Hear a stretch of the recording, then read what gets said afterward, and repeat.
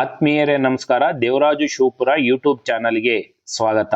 ಈ ಒಂದು ವಿಡಿಯೋದಲ್ಲಿ ಓದು ಕರ್ನಾಟಕ ಅಭಿಯಾನ ಕಾರ್ಯಕ್ರಮಕ್ಕೆ ಸಂಬಂಧಪಟ್ಟಂತೆ ಆರಂಭಿಕ ಮೌಲ್ಯಮಾಪನ, ಮಧ್ಯಂತರ, ಅಂತಿಮ ಮೌಲ್ಯಮಾಪನದ ಒಂದು ವರದಿಯನ್ನ DSCERT ಸ್ಯಾಟ್ಸ್ DSCERT ನಲ್ಲಿ ನಮೂದಿಸ್ತಕ್ಕಂಥ ವಿಧಾನ ಹೇಗೆ, ಇದರಲ್ಲಿ ಮುಖ್ಯ ಶಿಕ್ಷಕರ ಕರ್ತವ್ಯಗಳೇನು ಮತ್ತು ಸಹ ಶಿಕ್ಷಕರ ಕರ್ತವ್ಯಗಳೇನು ಎಂಬತಕ್ಕಂಥ ವಿಚಾರವನ್ನ ಈ ವಿಡಿಯೋದಲ್ಲಿ ಡೀಟೇಲ್ ಆಗಿ ತಿಳಿದುಕೊಳ್ತಕ್ಕಂಥ ಒಂದು ಪ್ರಯತ್ನವನ್ನ ಮಾಡೋಣ.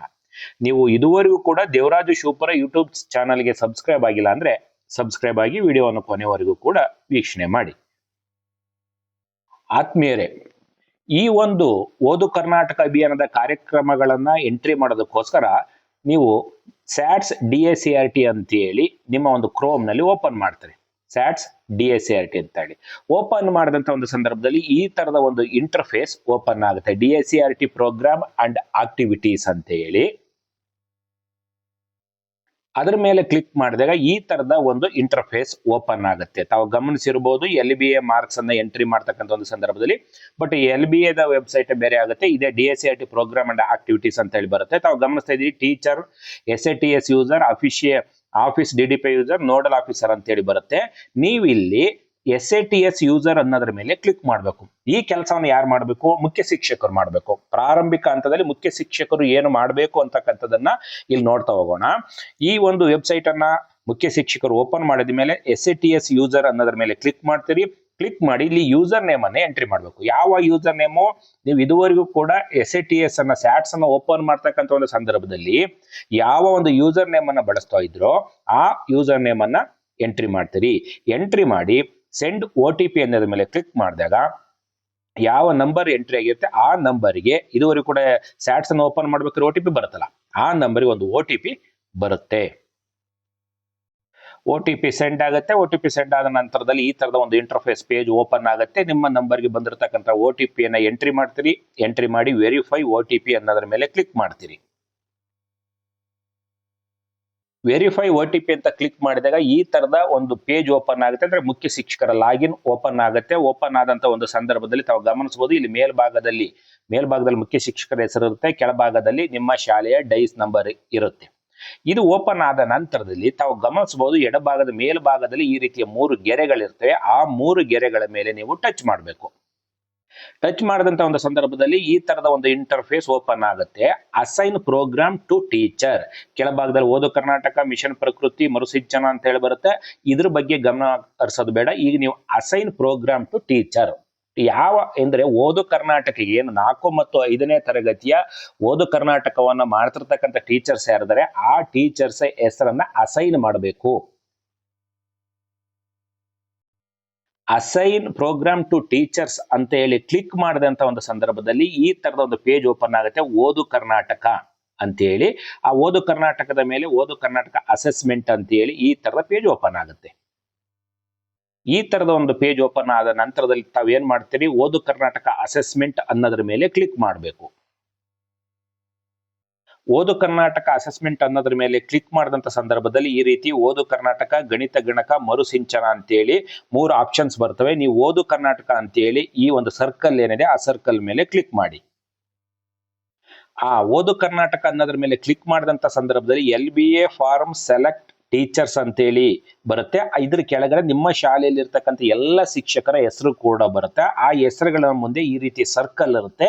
ನೀವು ಈ ಓದು ಕರ್ನಾಟಕಕ್ಕೆ ಯಾವ ತರಗತಿಗೆ ಯಾವ ಶಿಕ್ಷಕರನ್ನ ಅಸೈನ್ ಮಾಡ್ತೀರಾ ಅನ್ನೋದರ ಆಧಾರದ ಮೇಲೆ ಆ ಶಿಕ್ಷಕರ ಹೆಸರಿನ ಮುಂದೆ ಇರತಕ್ಕಂಥ ಸರ್ಕಲ್ ಅನ್ನ ನೀವು ಟಚ್ ಮಾಡಬೇಕು. ಕ್ಲಿಕ್ ಮಾಡಿದಾಗ ಅಲ್ಲಿಗೆ ಈ ಒಂದು ಓದು ಕರ್ನಾಟಕದಲ್ಲಿ ಈ ತರಗತಿಗೆ ಈ ಒಬ್ಬ ಶಿಕ್ಷಕರನ್ನ ನೀವು ಅಸೈನ್ ಮಾಡಿದ್ದೀರಾ ಅಂತ ಅರ್ಥ. ನೆಕ್ಸ್ಟ್ ಈ ತರದ ಒಂದು ಪೇಜ್ ಓಪನ್ ಆಗುತ್ತೆ. ಒಬ್ಬ ಶಿಕ್ಷಕರ ಹೆಸರಿನ ಮುಂದೆ ನೀವು ಕ್ಲಿಕ್ ಮಾಡಿದ ನಂತರದಲ್ಲಿ are you sure you want to assign teacher to programme ಅಂತ ಕೇಳುತ್ತೆ.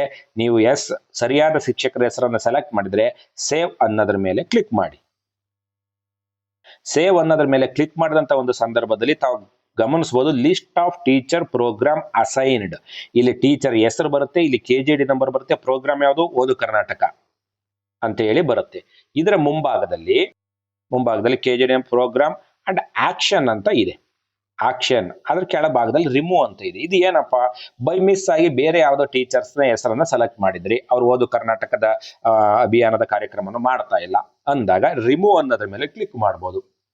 ಅದರ್ವೈಸ್ ಅದೇ ಟೀಚರ್ ಅಂತ ಅಂದ್ರೆ ಅಲ್ಲಿ ನೀವು ಸೇವ್ ಅಂಡ್ ಸಬ್ಮಿಟ್ ಅಂತೇಳಿ ಕೊಡ್ಬೋದು. ನೋಡಿ, ಇಲ್ಲಿಗೆ ಮುಖ್ಯ ಶಿಕ್ಷಕರ ಕೆಲಸ ಮುಗಿಯಿತು. ಇದಾದ ನಂತರದಲ್ಲಿ ಪುನಃ ಮತ್ತೆ ನಾನು ಪ್ರಾರಂಭದಲ್ಲಿ ಹೇಳಿದ ರೀತಿಯಲ್ಲಿ SITS DSERT ಅಂತೇಳಿ ಓಪನ್ ಮಾಡ್ತೀರಿ, ಕ್ರೋಮಲ್ಲಿ ಟೈಪ್ ಮಾಡ್ತೀರಿ, ಈ ತರದ ಒಂದು ಇಂಟರ್ಫೇಸ್ ಓಪನ್ ಆಗುತ್ತೆ. ಓಪನ್ ಆದಾಗ ಈ ಪ್ರೋಗ್ರಾಮ್ ಆಕ್ಟಿವಿಟೀಸ್ ಅನ್ನೋದ್ರ ಮೇಲೆ ಕ್ಲಿಕ್ ಮಾಡ್ತೀರಿ. ಕ್ಲಿಕ್ ಮಾಡಿದಾಗ ಈ ತರದ ಒಂದು ಪೇಜ್ ಬರುತ್ತೆ. ಪೇಜ್ ಬಂದಂತ ಒಂದು ಸಂದರ್ಭದಲ್ಲಿ ಟೀಚರ್ಸ್ ಅನ್ನೋದ್ರ ಮೇಲೆ ಸೆಲೆಕ್ಟ್ ಮಾಡ್ಬೇಕು. ಯಾಕಂದ್ರೆ ಹೆಡ್ ಮಾಸ್ಟರ್ ಕೆಲಸ ಮುಗೀತು. ಹೆಡ್ ಮಾಸ್ಟರ್ ಕೆಲಸ ಮುಗಿದ್ಮೇಲೆ ಯಾವ ಟೀಚರ್ಸ್ ನ ಓದು ಕರ್ನಾಟಕ ಅಭಿಯಾನದ ಕಾರ್ಯಕ್ರಮಕ್ಕೆ ಅಸೈನ್ ಮಾಡಲಾಗಿದೆಯೋ ಆ ಟೀಚರ್ಸ್ ತಮ್ಮ ಒಂದು ವೆಬ್ಸೈಟ್ ಮೊಬೈಲ್ ನಲ್ಲಿ ಓಪನ್ ಮಾಡ್ಕೊಂತೀರಿ. ಟೀಚರ್ಸ್ ಅನ್ನೋದ್ರ ಮೇಲೆ ಕ್ಲಿಕ್ ಮಾಡ್ತೀರಿ. ಟೀಚರ್ಸ್ ದ KJD ನಂಬರ್ ಅನ್ನ ಎಂಟ್ರಿ ಮಾಡ್ತೀರಿ. For teachers login use KJD as user name ಅಂತ ಹೇಳಿ LBAಗೆಲ್ಲ ನಾವು ಮಾಡಿದೀವಲ್ಲ, ಅದೆಲ್ಲ ಅಭ್ಯಾಸ ಇದೆ, ನಮಗೆ ಗೊತ್ತಾಗುತ್ತೆ. ಸೊ ಇಲ್ಲಿ KJD ನಂಬರ್ ಅನ್ನ ಎಂಟ್ರಿ ಮಾಡ್ತೀರಿ. ಎಂಟ್ರಿ ಮಾಡಿ ಸೆಂಡ್ OTP ಅನ್ನ ಕೊಡ್ತೀವಿ. OTP ಜನರೇಟ್ ಆಗುತ್ತೆ, ನಿಮ್ಮ ಮೊಬೈಲ್ ನಂಬರ್ಗೆ OTP ಬರುತ್ತೆ. ಆ OTP ಅನ್ನು ನೀವು ಎಂಟ್ರಿ ಮಾಡ್ತೀರಿ. ಎಂಟ್ರಿ ಮಾಡಿದಾಗ ವೆಬ್ಸೈಟ್ ಓಪನ್ ಆಗುತ್ತೆ. ಈ ರೀತಿ ಪೇಜ್ ಓಪನ್ ಆಗುತ್ತೆ. ನಂಬರ್ಗೆ OTP ಹೋಗಿರುತ್ತೆ. OTP ಅನ್ನು ಎಂಟ್ರಿ ಮಾಡ್ತೀರಿ. ಎಂಟ್ರಿ ಮಾಡಿ ವೆರಿಫೈ OTP ಅಂತ ಹೇಳಿ ಕೊಡ್ತೀರಿ. ನೋಡಿ, ಸಹ ಶಿಕ್ಷಕರು ಲಾಗಿನ್ ಆದಂತ ಒಂದು ಸಂದರ್ಭದಲ್ಲಿ ಈ ತರದ ಒಂದು ಇಂಟರ್ಫೇಸ್ ಓಪನ್ ಆಗುತ್ತೆ. ಇಲ್ಲಿ ತಾವು ಗಮನಿಸ್ತಾ ಇದ್ದೀರಿ, ಮೇಲ್ಭಾಗದಲ್ಲಿ ಇರ್ತಕ್ಕಂಥ ಈ 3 ಗೆರೆಗಳನ್ನ ಕ್ಲಿಕ್ ಮಾಡಬೇಕಾಗತ್ತೆ. ಕ್ಲಿಕ್ ಮಾಡಿದಂತ ಒಂದು ಸಂದರ್ಭದಲ್ಲಿ ಓದು ಕರ್ನಾಟಕ ಅಂತೇಳಿ ತಾವು ಗಮನಿಸ್ತಾ ಇದ್ದೀರಿ. ಓದು ಕರ್ನಾಟಕ ಅಂತೇಳಿ ಈ ತರದ ಒಂದು ಪೇಜ್ ಓಪನ್ ಆಗುತ್ತೆ. ಈ ಓದು ಕರ್ನಾಟಕದ ಆರೋ ಮಾರ್ಕ್ ಏನಿದೆ ಡ್ರಾಪ್ ಡೌನ್ ಬಾಕ್ಸ್, ಅದ್ರ ಮೇಲೆ ಕ್ಲಿಕ್ ಮಾಡಬೇಕು. ಆಗ ಈ ರೀತಿಯ ಓದು ಕರ್ನಾಟಕ ಅಸೆಸ್ಮೆಂಟ್ ಅಂತ ಹೇಳಿ ಬರುತ್ತೆ. ಆ ಓದು ಕರ್ನಾಟಕ ಅಸೆಸ್ಮೆಂಟ್ ಮೇಲೆ ಕ್ಲಿಕ್ ಮಾಡಬೇಕು. ಓದು ಕರ್ನಾಟಕ ಅಸೆಸ್ಮೆಂಟ್ ಮೇಲೆ ಕ್ಲಿಕ್ ಮಾಡಿದ ನಂತರದಲ್ಲಿ ಈ ತರದ ಒಂದು ಇಂಟರ್ಫೇಸ್ ಓಪನ್ ಆಗುತ್ತೆ. ಸೆಲೆಕ್ಟ್ ಗ್ರೇಡ್ ಅಂತೇಳಿ, select assessment type, select level, date ಯಾವಾಗ್ಲಿಂದ ಶುರು ಮಾಡಿದೆ ಅಂತೇಳಿ ಇವನ್ನೆಲ್ಲನೂ ಕೂಡ ಕ್ಲಿಕ್ ಮಾಡಿದ ನಂತರದಲ್ಲಿ ಸರ್ಚ್ ಕೊಟ್ಟಾಗ ಆ ತರಗತಿಯ ಮಕ್ಕಳ ಹೆಸರು ಡಿಸ್ಪ್ಲೇ ಆಗುತ್ತೆ. ಸೆಲೆಕ್ಟ್ ಗ್ರೇಡ್, ಈಗ 4 ಮತ್ತು 5ನೇ ತರಗತಿಗೆ ಓದು ಕರ್ನಾಟಕ ಇದೆ. ನೀವು ಯಾವ ತರಗತಿಯ ಟೀಚರ್ಸ್, 4ನೇ ತರಗತಿಯ ಓದು ಕರ್ನಾಟಕ ಟೀಚರ್ಸ್ ಆದರೆ ಇದರ ಮೇಲೆ ಕ್ಲಿಕ್ ಮಾಡಿದಾಗ 4 ಮತ್ತು 5 ಅಂತೇಳಿ ತೋರಿಸುತ್ತೆ. ನಿಮಗೆ ಸಂಬಂಧಪಟ್ಟಂತ ಒಂದು ತರಗತಿಯನ್ನು ನೀವು ಕ್ಲಿಕ್ ಮಾಡಬೇಕು.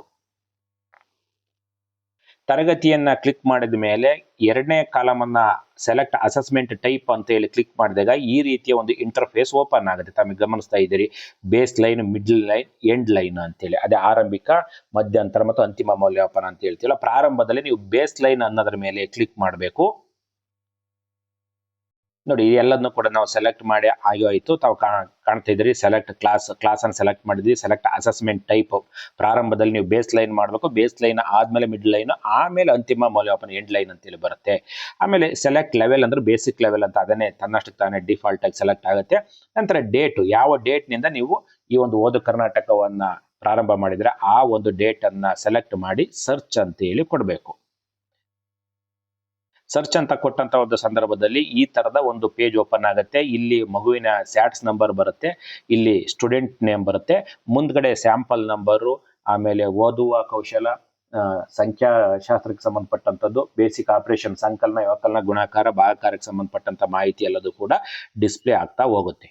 ನೋಡಿ, ಮೊದಲನೇ ಕಾಲಮ್ ಅನ್ನ ಕ್ಲಿಕ್ ಮಾಡಿದಂತ ಒಂದು ಸಂದರ್ಭದಲ್ಲಿ ಸ್ಯಾಂಪಲ್ ಪೇಪರ್ ಅಂತ ಹೇಳಿ ಬರುತ್ತೆ. ಸ್ಯಾಂಪಲ್ ಪೇಪರ್ ಅಂತ ಅಂದ್ರೆ ನೀವು ಓದು ಕರ್ನಾಟಕ ಅಭಿಯಾನದ ಕಿಟ್ ಅನ್ನು ಓಪನ್ ಮಾಡಿದಾಗ ಪರೀಕ್ಷಾ ನಮೂನೆಗಳು ಅಂತ ಹೇಳಿ 4 ಪರೀಕ್ಷಾ ನಮೂನೆಗಳನ್ನ ಕೊಟ್ಟಿರ್ತಾರೆ. ಅಂದ್ರೆ ಯಾವ್ಯಾವ ಮಗುವಿಗೆ ಯಾವ್ಯಾವ್ದನ್ನ ಕೊಟ್ಟಿರ್ತೀರಿ. 1ನೇ ಮಗುವಿಗೆ ಪರೀಕ್ಷಾ ನಮೂನೆ 1 ಕೊಟ್ಟಿರ್ತೀರಿ, 2ನೇ ಮಗುವಿಗೆ 2 ಕೊಟ್ಟಿರ್ತೀರಿ, 3ನೇದಕ್ಕೆ 3, 4ನೇದಕ್ಕೆ 4, ಪುನಃ 5ನೇನಿಗೆ 1, 6ನೇನಿಗೆ 2, 7ನೇನಿಗೆ 3, 8ನೇನಿಗೆ 4, ಈ ರೀತಿ ಕೊಟ್ಕೊಂಡು ಅದು ಪರೀಕ್ಷೆಗಳನ್ನ ಮಾಡಿರ್ತೀರಿ. ಅದರ ಪ್ರಕಾರ ಈ ನಂಬರ್ ಅನ್ನ ನೀವು ಸೆಲೆಕ್ಟ್ ಮಾಡಬೇಕು.